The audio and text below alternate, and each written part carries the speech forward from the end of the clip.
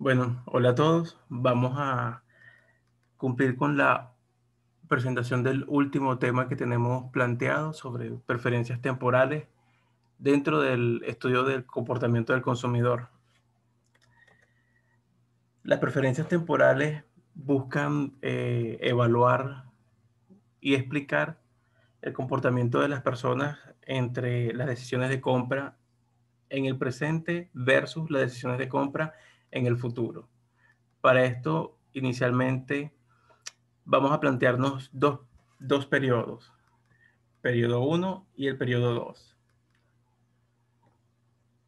Déjenme ponerle esto. Ok, ahora sí se ve.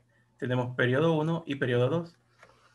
Cada periodo está acompañado de el consumo. Es decir, tenemos el consumo en el periodo 1 y tenemos consumo en el periodo 2. Y a su vez, cada uno está acompañado del nivel de renta. Tengo un nivel de renta en mi periodo 1 y un nivel de renta en mi periodo 2. De manera que el consumidor adquiere en cada periodo lo que, lo que le alcance la renta de ese periodo. Es decir, el consumo en el periodo 1 va a ser igual a M1 y el consumo en el periodo 2 va a ser igual a M2, en el sentido de lo que le alcance su renta. Esto significa que consumiremos en el periodo 1 una cesta y en el periodo 2 otra. Y esta va a ser nuestra cesta de bienes intertemporal. Ahora bien, ¿qué ocurre si agregamos la posibilidad de ahorrar y pedir prestado? Esto nos introduce un elemento nuevo que es la tasa de interés. Para simplificar la explicación, consideramos que la tasa de interés va a ser igual tanto para el que ahorra como para el que pide prestado. Entonces la restricción se nos plantea de esta manera. El consumo 1 va a ser igual a mi renta en el periodo 1 más mi renta en el periodo 2 actualizada a la tasa de interés. Es decir, yo consumo hoy todo lo que gano hoy más todo lo que pueda pedir prestado de mi renta futura. De igual manera, el consumo en el periodo 2 va a ser igual a todo lo que yo gane en el periodo 2 más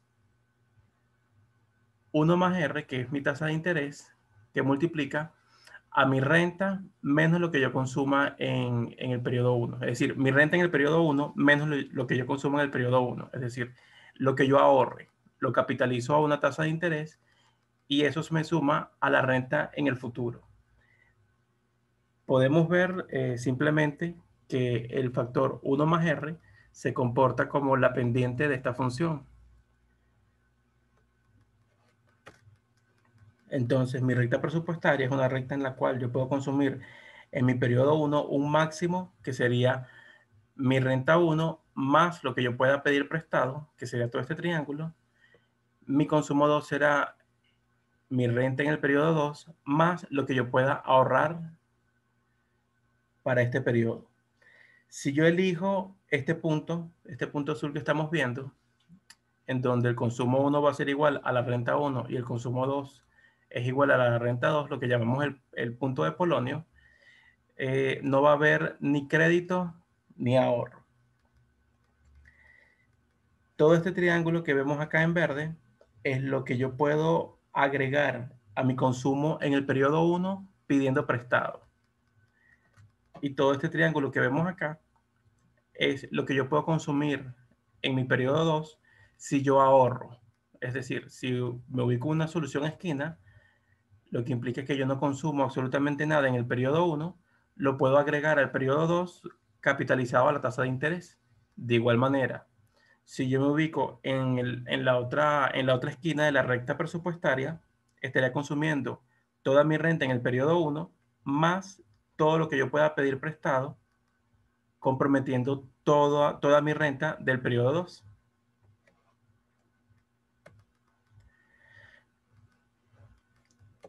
Entonces, para mostrarles, ahora sí. Si yo en mi periodo 2 consumo toda mi renta del periodo 2 y en el periodo 1 consumo toda mi renta del periodo 1, lo llamamos el punto de Polonio. Si mi consumo en el periodo 1 es menor a mi renta y el consumo 2 es mayor a la renta en el periodo 2, es porque esta persona ahorró. Es decir, el consumo en el periodo 1 es menor a su renta y esa diferencia la está ahorrando, la capitaliza la tasa de interés y la consume en el periodo número 2, es decir, en el futuro. De igual manera, si el consumo en el periodo 1 es superior a su renta, está comprando, está consumiendo, adquiriendo productos en mayor cuantía de lo que él puede pagar, significa que en el periodo 2 va a poder consumir menos de lo que le da su renta, porque esa diferencia la ha pedido en crédito. Y aquí lo vemos gráficamente. Esta persona ha tenido un consumo 1 que es menor a toda su renta. Por lo consiguiente, en el periodo 2 va a poder consumir más de lo que le da su renta, porque ha ahorrado. Y ese ahorro capitalizado a la tasa de interés le va a dar una mayor renta en el futuro. En el caso contrario, fíjense que aquí el consumo supera la renta en el periodo 1 y en el periodo 2, al contrario, su consumo es inferior a la renta que tiene en ese periodo, lo que significa que esta persona está consumiendo más de lo que puede pagar en el presente a costa de sacrificar el consumo en el futuro porque lo ha pedido en crédito. Ahora bien, en cuanto a las preferencias, ya hemos visto todo lo que tiene que ver con las restricciones presupuestarias. Las preferencias se comportan de igual manera a cómo se manejan con las curvas de indiferencia atemporales.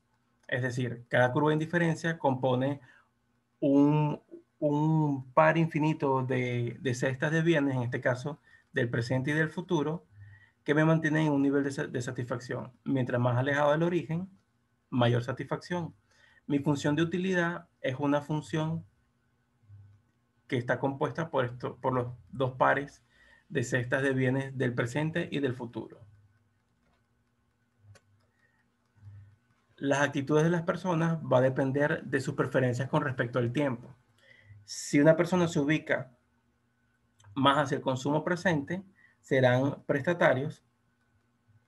Si se ubican más en el sentido al consumo futuro, serán prestamistas o ahorradores. Es decir, estas personas van a pedir prestado siempre para poder mantener su nivel de consumo presente a costa del futuro, y estas personas mantendrán un consumo presente inferior al de su renta, y esto le va a dar un mayor nivel de ingreso en el futuro para consumir más.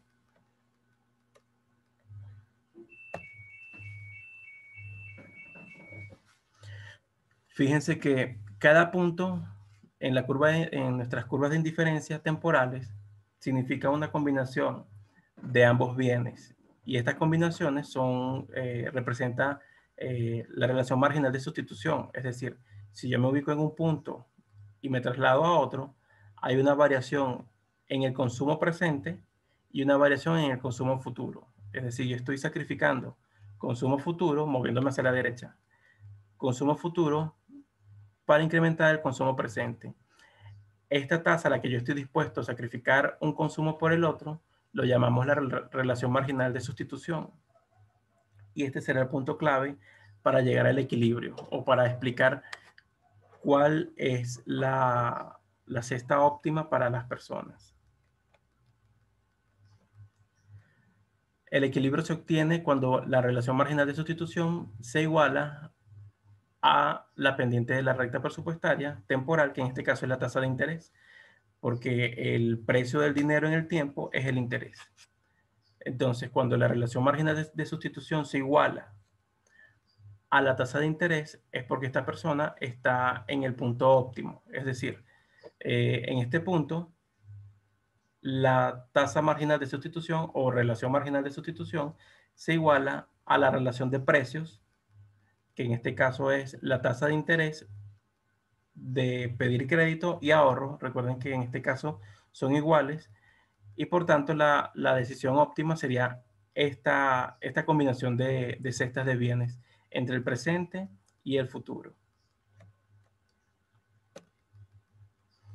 ¿Qué ocurre cuando se producen variaciones en la tasa de interés?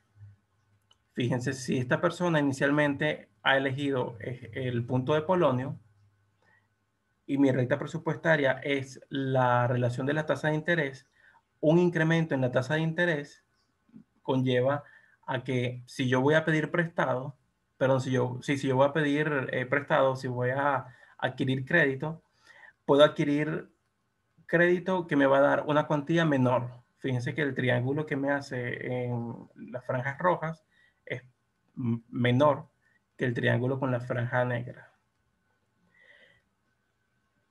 Este incremento en la tasa de interés, como es igual para el crédito, tanto para el ahorro, significa que si voy a ahorrar, la cuantía o la renta que voy a tener a futuro va a ser mayor. Y el diferencial será la diferencia entre la franja negra y la franja roja, que sería la recta presupuestaria actual versus la recta presupuestaria cuando se incrementa la tasa de interés.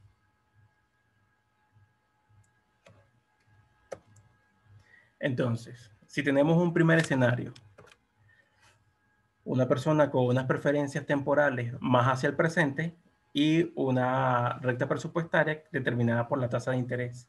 Y esta persona efectivamente elige un consumo,